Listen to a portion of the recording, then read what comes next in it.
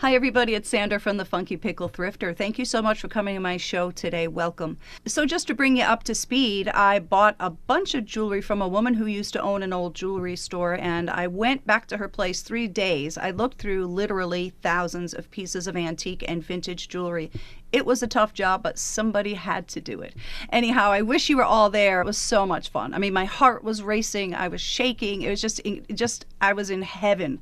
I picked out about 500 pieces of beautiful jewelry, and it really runs the gamut between Victorian and modern day. I have some little pieces of real gold I'm going to show you. I love buying gold. Gold is not really my thing, so I like to just sell that right away. And the other thing is I have some bangles that look suspiciously like Bakelite. So we're going to test a couple of things. If you don't know how to do that, it takes like a second. It's so easy. Literally, a child could do it. So I'm going to show you how to do that.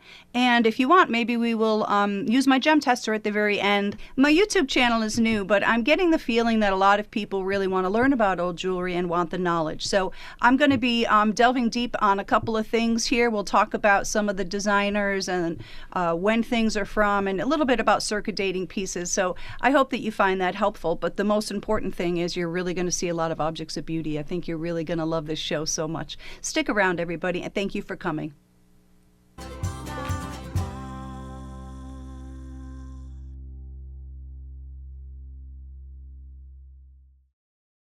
Here's one of my favorite pieces from everything that I bought. I love old butterfly jewelry, and this is the earliest piece I've ever seen. This is from 1922 or 23. There is a patent number right there, and it is also marked sterling silver, England. So this one is by the Shipton Company. So they were the innovators, and they're the ones who first thought of putting Morpho butterfly wings in jewelry. A lot of butterflies have beautiful black circles or ovals on their wings, and that is to actually simulate eyes so that they would scare off their predators. I think Morpho butterflies have that also somewhat, but mostly they have this crazy iridescence to their wings, which I think was meant to blind their predators. I believe this type of butterfly only lives for a few weeks. Let's hope this little guy just died in the wild. That's what I'm hoping happened. Poor little fella. Any kind of moisture or water will ruin this forever. So the butterfly wing inside has a lot of fragility to it. So of course you would never wear anything like this in the rain or in the shower, or God forbid, you know, dip it in a cleaning solution or anything like that. So these items have to be kept dry. This one's in pretty nice shape, I think. So of course the technique here is the inside of that glass has been reverse painted with this scene, and the waves on the ocean and the ships and the clouds in the sky and all of that. And then they just put the butterfly wing behind it as a background. I think this color really lends itself well to represent the sea and the sky, and that is of course domed glass on top. I'm sure you already noticed that bail, but isn't that pretty? Love this one. Zuni jewelry is always very easy to spot because it features inlay mosaic work like this. So it's marked right there, CCL, and that stands for Carlene Leekity. I hope I'm pronouncing that correctly. These are lovely little hummingbirds, and I figured while we were at it, I was going to wait till the end because it's a kind of a nerdy thing, but I figured, why don't we just test as we go? So here are my weapons of choice to test silver. I prefer using this. I know a lot of people like to use 18 karat. I really like just using the silver test solution. This is available so cheap. It's like $25 or $30. You can get the whole kit on Amazon. So let's have a look. Let's scrape a little bit of the silver onto the stone. Of course, we're not going to scrape the front of it or anything like that, just in the back. Okay, so let's take a little bit of the silver stuff. Just let it sit there for a second. So I really like to use a Q-tip, and what this should look like, if it's silver, it's kind of going to look like blood, like kind of old blood. It's sort of disgusting, sorry, but hopefully you will you'll see what I mean, because hopefully this is silver. Okay, let's give it a nice rub. There it is. See it? That looks like old blood and all kinds of wound. Yeah, it's gross. But anyway, there you go. Wonderful. So these are silver. Good to know. These are really very, very lovely Native American signed hummingbird sterling silver inlaid earrings. Well, this is an absolutely amazing sterling silver cuff bracelet. I love this thing so much. If I weren't already married, I would marry this bracelet. That's how much I love this bracelet. Let's see the mark in here. Okay. So it's either marked SW or MS. Why is jewelry always doing this to me so I don't know which it says? And it says 925. A lot of people mistakenly think that you can date something on whether or not it says 925 because the mark became really widespread in 1973, I think, or the early 70s anyhow. But I've seen old pieces like this with 925, so you really cannot just go by that, right? So when we circuit date things, we look at lots of different characteristics of the piece, the construction, the color, the patina, or tarnish if you'd rather. Also the signature, of course, and the mark, but it's just not the only thing we look at. The thing I really like about this one is it's sort of delicate, but at the same time, it's actually like statement-y and very, very bold. This is wonderful. Now, I would not clean this or touch this with anything that's going to take that patina off. I love this patina. I don't know if I'm going to be keeping this one yet or not. I'm probably going to keep it for a while. Here's just a cute little bug I picked out. This is so much fun. Look at this. It's sort of like this gold tone wire and then this mother of pearl. He's adorable. I love that. So this is for everybody who's having a bad day, a bad week, a bad month. Daisies are so cheerful. Don't they always cheer you up? It's just the happiest of all flowers, I think. I hate to sound like Bob Ross, but they're happy little flowers. So one thing you might want to observe, even though these petals are very different and the centers are very different and the design is very different, the stem and the leaves are exactly the same. And that would be because they are both by the same maker. So there's the maker's marks. They are Weiss. So this little disc right here that the name is on is called a cartouche.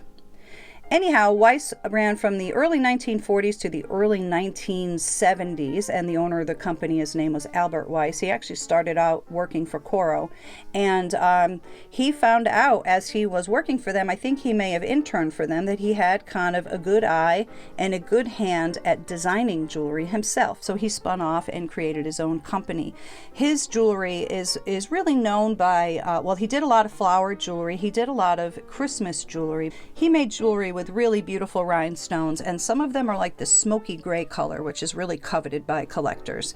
But anyhow, I hope these little daisies make you smile. They're such a pick-me-up. I love these things. And by the way, I don't only wear these in the spring. I like to break the rules. I like to wear these right in the dead of winter with 12 inches of snow. I'm going to wear my little daisies.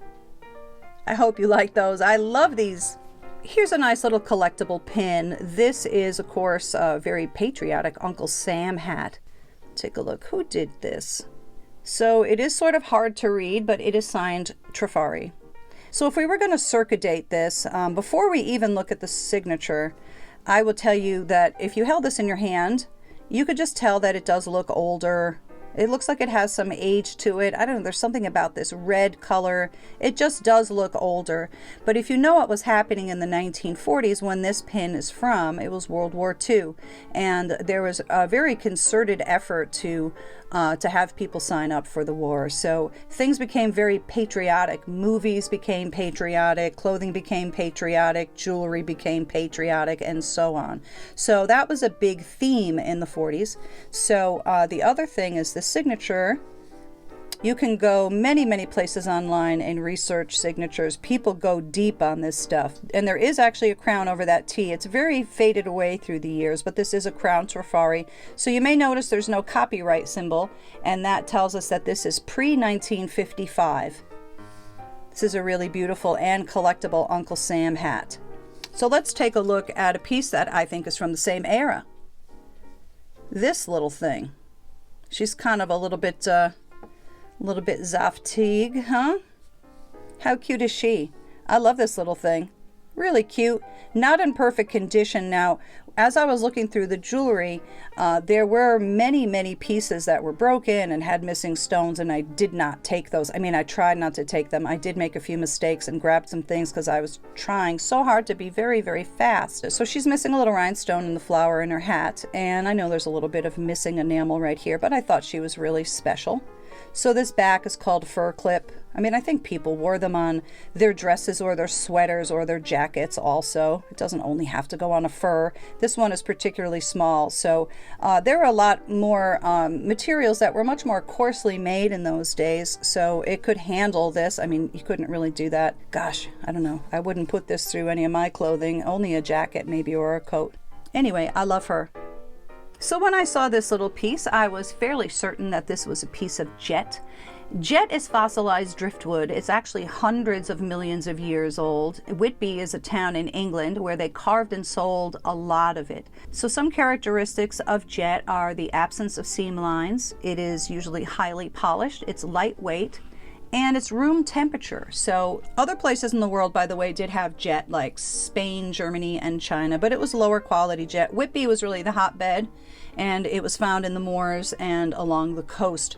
I think now, I think the cliffs there are still full of jet, but I think it's illegal to take it anymore for some reason. Let's just test this while we're at it. So I bought this thinking that I could sell this on eBay because it's kind of this weird old cat Christmas tree ornament.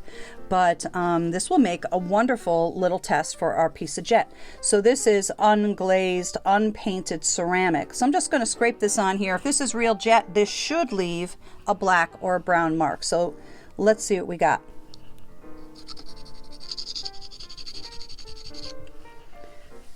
And there it is. Yep. So a very lovely little piece of real jet. This is probably Victorian, or yeah, maybe a little bit later. I'm a big music fan, and I used to have a very extensive Beatles collection, but I've gotten rid of most of it through the years. So anyway, I was so excited when I found this little pendant or charm. So let's take a look to see if it's an officially licensed product, and it is marked NEMS right there. So NEMS stands for North End Music Store, which was a store owned by Brian Epstein's family. It was a record store. It was on the north end of Liverpool, and Brian Epstein, of course, managed the Beatles, and that was the name of his company. So I know this is an officially licensed product, and the reason that matters is because it may be able to command a higher price because it's not a knockoff. Girl after my own heart owned this one. This is a very sweet old brooch from the 40s. I love this milk glass and these beautiful green stones. Isn't that pretty? It's just swirly, and there's something very nice about it. I don't know if these are supposed to look like acorns, sort of just like an artist's take on what an acorn would be like. Maybe not. Maybe it's just a shape. So you always take a look at the back. So you may notice the milk glass stones are closed back. They don't need to be open back because they're not translucent or transparent stones. Milk glass is opaque. But these green stones have open backs, but they are foil backed. So the reason they would use foil is for the same reason they cut diamonds a certain way. The light goes into the green stones and then it reflects back like a mirror, and it just adds a little bit of extra dazzle to the stones. I love that one. Speaking of rhinestones, how about this one? This is really lovely. What I love about this, and what I love about a lot of pieces of jewelry like this, is it's just so nicely made. You know, you have the different shapes of stones. You have the marquee shape here. Those are squares, and then the round. How lovely is that? I love this. It's a little bit of height to it, a little bit of layering. Very nice. This is circa 40s or 50s. Well, here's an outstanding modernist, real space age looking brooch. That's clearly from the 50s. And it also has, I just want to show you kind of a sign sometimes of a better made piece. I mean, you can see there's a couple of techniques going on here. You have this silver tone part. It has these etched in lines. Then this ring on top of it, which is nice. But look at the back. It even continues to the back, which I think is just so nice. I love this. This is so modernist and very groovy. And that is Coro, and there's a Pegasus there, which helps us date this. This is a piece from the 1950s. Coro was a New York City company, but they did have a factory in Providence, Rhode Island, like many jewelry makers of the day. And they were started by two guys named Cohn and Rosenberger, hence Coro. And the Coro name, I think they began in the early 1900s, but they decided to name their company Coro in the early 1940s or the mid 1940s. Yeah, this is really fabulous. I've never seen one quite like it. I think it's really unusual and it just has a lot of oomph. I don't know how else to say it, right? So I personally don't usually buy clear rhinestone jewelry when I see it. You can see the lady was asking $45 for this in her store. By the way, when I was looking at the stuff, she told me to not pay attention to any of the prices. But I did bring my mom with me, so I'm thinking my mom probably picked this one out because I wouldn't have. I call these prom necklaces. This is a beautiful piece. It's just not my personal preference. Nothing against it. I'm sure people do love these.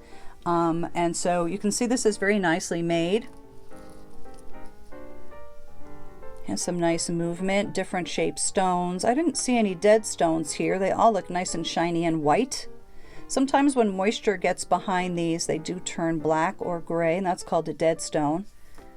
But I only see living stones, I presume. Anyway, this one is pretty, but now let's take a look at one that's outstanding and let's see if we can see the difference between the two. Look at this. So this is a whole other ballpark. This stone shape right here is called a briolette, and I think it's not just the teardrop shape. I think a briolette is has to be faceted too, but this is a beautifully constructed piece. Let me try to put it in my hand in a way that you can really see what I'm talking about. So this one was special. So I've held a lot of prom necklaces in my day and a lot of these clear rhinestones, but this one, something super special about this. It certainly is made to imitate the real thing. I mean, couldn't you just see Grace Kelly wearing this? But let's take a look at why. First of all, this was priced double almost what the other one was. But this is a Weiss. Okay, so there's a couple little missing stones there right around these. The fold over clasp, that's what this kind of clasp is called. I might be doing a video on old clasps if anybody really wants to geek out and go deep on some of these jewelry findings. It's also called hardware. I've heard both. Not sure my camera is doing this one justice. It's really incredibly beautiful. Good job, Weiss. Well, here's an oddity. So I saw this necklace and I grabbed it. I actually have two of them. I have another one that's all in dark red. So to me, it looks like a fruit slice necklace. And I was pretty sure it was celluloid because it was so light. But on further inspection, I saw these sort of weird swirls in here. So that was really throwing me off. And anyhow, somebody helped me out with this one because I just didn't know what it was. This is something called vegetable ivory, and it's made from a palm tree, a very specific type of palm tree, and this is called a Tagua nut. And it is something that's found in South America. It's very hard and dense, and this is a little bit translucent too. How interesting is this? So you may notice that it's very thinly sliced. Of course, this is dyed, but I guess if you try to dye too thick of a piece, the dye doesn't take. But this is a very fascinating necklace. I just love this. I think this is great. And by the way, it's very light. This is so crazy light. It's like holding nothing. Very interesting and unusual item. And I've never had anything that was made of Tagua nut before. That's what the clasp looks like too. Interesting and unusual item. So I have a total of 8 bangles. Here are the first 4. So let's give these a very quick test. Really easy, no big deal. So here's our simichrome polish, very easy to get. A lot of people know how to test for Bakelite in the wild. I don't really worry about it because I like Lucite bangles too. But if you rub them vigorously on your jeans, there's a distinctive smell. I think it's formaldehyde or something, and people get to know that. So I'm just going to give it some real elbow grease. So this should now look, if it's Bakelite, it's going to look like a tobacco stain, like kind of a disgusting yellow color. There is actually a disgusting yellow color. Can you see that? Let's compare and contrast with something that is absolutely not real. So this one is Lucite. So let's do the test on this, and then we can see the difference between the two. I just know this isn't Bakelite. So same procedure. Put a little stuff right there, and just give it a little bit of elbow grease. Okay, so if this is Bakelite, it'll be yellow. If not, it will just stay pink. So see how it totally stayed completely pink? See the difference? So yellow and tobacco-y and kind of gross. And this one's just retained its very, very pretty pink color. It's kind of like a Pepto-Bismol pink, isn't it? Here's a lovely chocolate brown bangle. We'll take a look at this.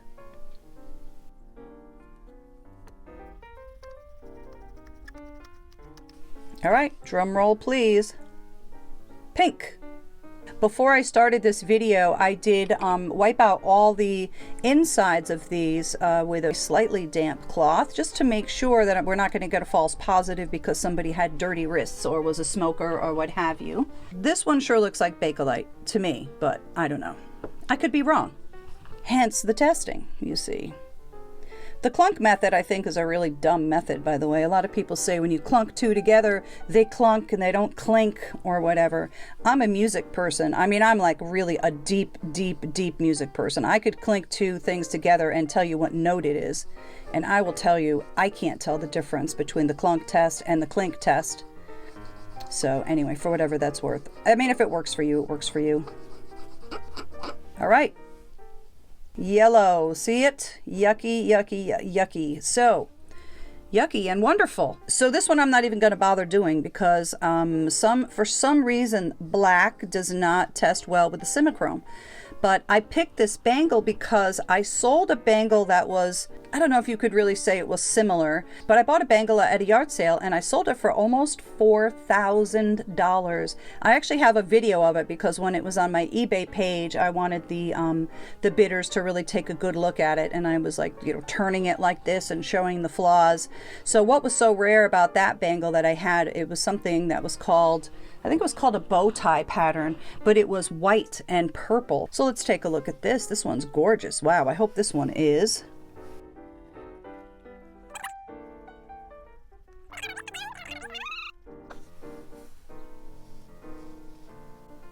Pink.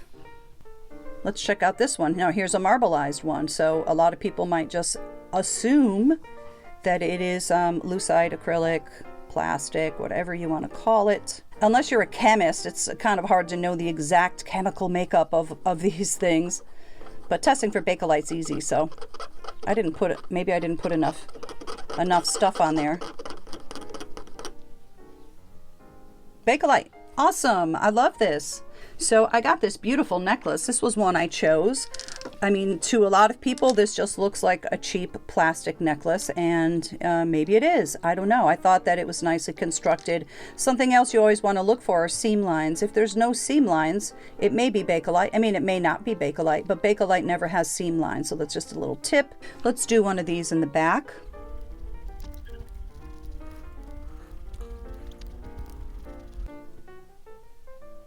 Yellow. Woo, nice. This is a beautiful, beautiful Bakelite necklace. Isn't that great? So we'll just take a look at the difference here. By the way, I'm going to take a barely wet cloth and make sure that I wipe off all those spots. I just put that Simichrome polish on. I don't know if it will do damage. I don't think it will, but why take any chances? So I'm going to clean everything off real fast, and I will be right back. I got a few adorable pieces of sterling and marcasite. It is signed by ACI. I keep seeing that name and I can't find out any information. This is a very imaginative design. I think it's supposed to be a Scotty dog. Interesting little piece. Look at this little charm. How cute is this? Aw. It's either a large charm or a small pendant. That's an adorable little baby shoe. And this one I really love. This is a box with a big bow on top. Of course, this is going to open. You could put something in there. I like to sort of fill these with smiles and good thoughts and prayers. I know it's a little bit weird. It's a thing I got from Yoko Ono. That's what she used to do, and I think it's just a lovely thing to think about doing. So what in the world do you think this little barrel is? I don't know. It's a charm, it's a pendant, but what material is that? I don't think it's mother of pearl, right? I don't think it is. It's some sort of quartz, maybe? This looks old as heck to me, and it is very unusual and very interesting. I guess it's a barrel, right? And so that one's really cool and really beautiful, but this one right here is really something. It's made out of the same stuff, this sort of frosted glass, whatever that is. And I don't think that's real gold. That's probably gold filled. It might be real gold. This is so tiny. Isn't that interesting? And on the back of this one, there is mother of pearl. See, all of a sudden that is opaque. You can't see through it anymore, but you can see through this. How lovely is this little picture? So I guess this is a pendant or a charm. I just think this is super old. It just looks it and feels it to me. I love this.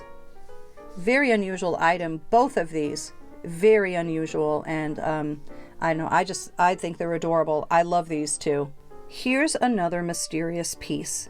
So I didn't even notice that at first. I just thought it was a beautiful green glass stone in an antique little brooch here. And then I realized that inside there's like a little wisp of white in there. What in the world is that? I also was thinking that kind of looked like a lion's head. It's very hard to capture with my camera. I'm so sorry if it's aggravating to try to focus your eyes in. My camera's having problems. Let me open up the pin back and see if that helps. Hold on. Just look at that. It's so unusual. I love this. I don't know what that is. I'm not sure. I don't know how you would be able to get little white wisps of stuff inside glass. I'm not sure, unless that's like a certain gas, or I don't know, maybe they just did it in the glass making process. One of you probably knows, so if you do, just please let me know. I'd love to have the information. You know, you can never know too much, and you can never know it all, that's for sure. We're all always learning. Here's a beautiful piece of jewelry. This kind of stuff I really love. This is called Tal de Parnier. I believe that's correct. Sorry, I took Spanish in school, but anyway, it is similar to Champlevé, but it's a little bit shallower and the etchings are a little bit smaller and finer. So a design is etched in, as you can see, and it's filled in with opaque enamel. This Tal de Parnier process was mostly used in Victorian pieces, and it is mostly American, which I think is interesting. So you may notice that leaf, I believe that's an oak leaf, and I think that that was representative of strength and wisdom. So you see the pin comes out a little bit longer than the piece. This hinge right here, this is called either a tube hinge or a T-bar hinge. I've heard both. And here's our C clasp, of course shaped like the letter C. I think this is particularly nice. You can wear it as a pin or as a pendant. This is a very lovely little piece of Victorian jewelry, and I really love Victorian jewelry so much, so I'm very happy to be able to add this to my collection. Isn't that pretty? Here's a beautiful old pendant. Look at this thing. Isn't that gorgeous? The back looks old. I like how irregular the setting is. This is called a bezel setting. Look at that stone. Look at the cut on that stone. Anyway, I am crazy about this pendant. I don't know what it's supposed to be. I'm not sure if it's like a Maltese cross or I just love it. Maybe we'll check this one with our gem tester. Ooh, I didn't think about doing that. I'm definitely going to put this in the pile for later. Oh, you know what? Did we look at the real gold yet? Okay, let's do that now. This is sort of has the Princess Di vibe to it, right? And it is marked. Let's see if I can get in on that. Oops. Yeah, this is what marks all look like to me without my glasses, but I kind of can recognize the shape. I know that says 14K. Can you see that? Like, just even though it's all blurred out? Anyway, it says 14K, and is it signed additionally? Yeah, so it says 585. So pure gold is 24 karat gold. This one is 14 karat gold. So if you divide 14 by 24, you will get 583333333 or something like that. And so that's why it says 585. And 18 karat gold, if you divide 18 by 24, you should get 750, right? Does everybody know what I'm talking about right now? Those gold marks that you see? Anyway, I might do a show on marks at some point. But we're going to test this one for sure. Let's see what this one is. I don't know what this is, so we'll save this one for my gem tester. Here are some beautiful 14 karat gold earrings. These are white gold. Of course, all gold is yellow. There's no such thing as white gold, but they coat it so that it is white, and it is a more expensive process. So white gold usually sells for more than yellow gold. Well, you know, depending on the design and the quality and all of that, but hopefully you can see that is marked 14K, and it's also marked GCJ. That stands for George Carter Jessup. So he started out having a business in the 1800s, a jewelry business in New York City, but it eventually went to San Diego. I think it was one of the oldest businesses in San Diego. And these are just beautiful diamond and 14 karat gold earrings. So we'll test these too. And just a little tip. A lot of times I will find a bunch of old earrings and like they're all junky, and sometimes these backs get mixed up. So if you ever think about it, you should always check for 14 karat gold marks on your little junky earring backs, because you can lot these up and they sell for real money on eBay. It's sort of surprising, but they do.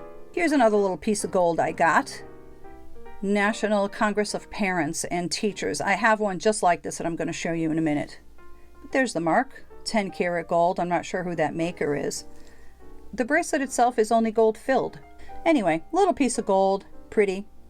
And just a word of caution, if you have a piece like this and it's unmarked and you look it up on eBay and you say, look, mine must be 10 karat gold because they're selling one there and theirs is 10 karat gold. I have this exact one, but this one is not gold. Look at that. Look at the difference. A lot of companies made two different versions, one in real metal, one in non-real metal. Here's a nice set of dress clips, and I actually just did this. That just fell off, which is highly annoying. But anyway, the reason that I wanted to make sure that I showed you these is so you would know the difference between a dress clip and a shoe clip. So this is a dress clip. They did usually come in pairs. And we're going to just check this one for sterling real quick too, if you don't mind, because it feels like sterling. I don't see a mark. This is a dress clip. This is a shoe clip. So it's got a real, very different hardware on the back. These are actually fabulous too. These are sort of domed and they have movement. Pretty nice rhinestones. A couple are a little bit darkened. I don't really see any completely dead ones. Do I? Is that one? Yeah, maybe. So yeah, you would think shoe clips would get moisture on them because it would rain or something, snow. So I just noticed that these are signed. They're actually signed Musi. So Musi stands for Murray Simon, and he was the shoe clip designer guy. These are probably from the 50s. How much do you love this old bracelet? This has very nice articulation. This was very nicely made. So this one is not enameling. This is just paint. Hopefully you can tell the difference. You will get to know the difference if you're a beginner. I just love these little roses or rosettes. How pretty is this? This is such a charming old bracelet. I love this one. Here's a big old piece of sterling. This sort of has a Celtic knot kind of vibe, right? So that says 925. This is giant. I guess this is certainly a man's ring. This is a very, very large ring. This one right off the bat looks very Victorian to my eyes. But when you turn it over, it looks like some shenanigans have taken place. I don't know about this whole thing. Why is that a different color? Possibly this part here was replaced, maybe, and that was put on there. I don't know. I'm thinking this is Victorian, but I'm not really sure on this one. I really do like it though. I'm sure fruit symbolized something for the Victorians. I don't know what it is. Maybe I will look that up and I'll write it on the screen for you if I can figure it out. Here's a beautiful belt buckle. Let's take a look at the mark here.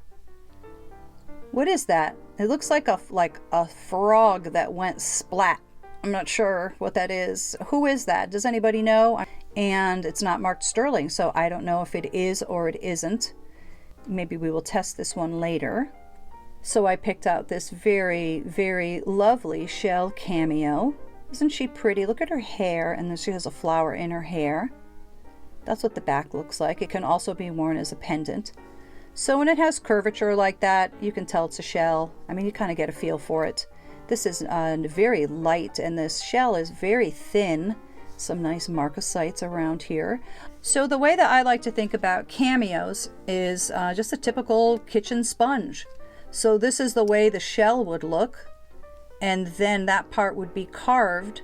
You know, you would carve it in relief so that it's raised up. So you would chip away the sides, obviously. Everybody kind of knows what a cameo is, right? But I always like to think about it like a sponge. So if this was a stone or a shell and you carved that away, you'd have yellow on top and then the lighter yellow underneath. So anyway, that's like what a cameo is in concept anyway. This is a stick pin. So this is different. So this face has just been carved out. This is called an intaglio. Isn't that pretty? I don't know if that's Lady Liberty or something. I'm not sure. I know that it's very unusual, and hopefully you can see, yeah, you can see it right there. So this is the reverse of a cameo. This has all been carved out. So I was thinking this was old. I don't know. This one is weird for me. I'm not sure if that's old or not. And by the way, if you haven't watched my stick pin video, or if you have, I did mean to mention that stick pins come with these little things. These are called end caps, just so you know. So this would just hold this in place rather on your clothing. So I think this is really pretty. It is certainly in the Art Nouveau style. I'm just not sure on dating this one. This one is a little bit perplexing, but it's very beautiful. I love this one. So here's another small piece of gold. This is a locket. This is interesting to me because you can see this clearly has someone's initials on it, yet somebody chose to glue an opal or a faux opal on top in a heart shape.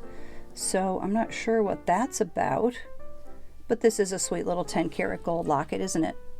So here is some moonglow thermoset. I love moonglow thermoset, and in a recent video I was saying I never find moonglow thermoset anymore, and here is some more moonglow thermoset. So you can see this is a little bit better. It was put on this chain. These beads are nice and large. So moonglow thermoset's made out of lucite, and it does look like it's glowing when it hits the light a certain way. This is just a gorgeous material and a very beautiful necklace, and I love it in this baby blue. How beautiful is that? Love this. Not to be outdone, here's a beautiful pink moonglow thermoset necklace. This one is gorge. I even love that. Look at the little clasp part. And this is marked Japan. These are likely from the 1950s. Love those. So I don't want this video to be too long. I'm just going to show you one more thing, and then we're going to do some testing, and I think we're going to call it a day. But please come back because I do have more parts that are coming up. So I love these old earrings. I believe pre-1890 all earrings were pierced, so you had to have pierced earrings. And then these little screwbacks were invented, and so these are quite beautiful. These are marked sterling right there. You can tell just by looking at them they are in fact sterling. I think these are very, very beautiful little scrolly sterling earrings. So let's do a quick test for silver on some of these pieces. We have our dress clip. We have this incredibly beautiful piece. And then we have our belt buckle.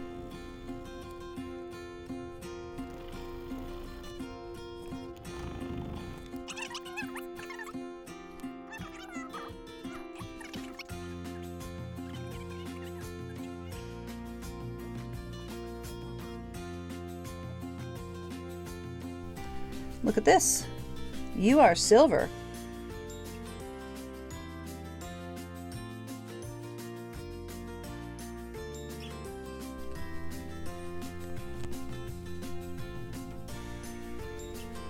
So those are diamonds around this purple stone, and this type of ring is called a halo ring. This is probably a department store ring, and generally with halo rings, the diamonds around that center stone are not really great quality. Let's take a look at that center stone.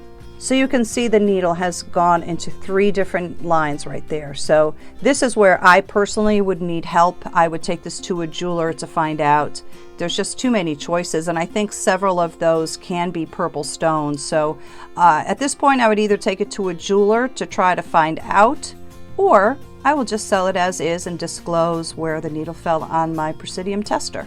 I'm so excited to find out what my antique pendant is. So let's first of all check out these little red stones right here. Okay. So these little stones are rubies. That's very good to know. Those are little cabochon rubies. Let's just check out the center stone. This is like a weird green color. Yeah, okay, so that's just inconclusive. I don't know what that is.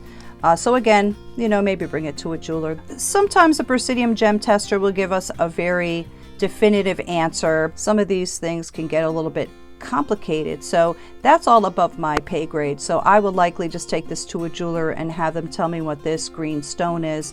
But I don't know if it really matters to me because I'm just going to wear it and enjoy it. So thanks again for coming to my video today. I know it's kind of been a long one, but I hope that you found it interesting and helpful. Please leave a comment below, subscribe to my channel, and stay tuned for my next installation from the same jewelry haul. I still have lots more great stuff to share with you. Thanks, everybody.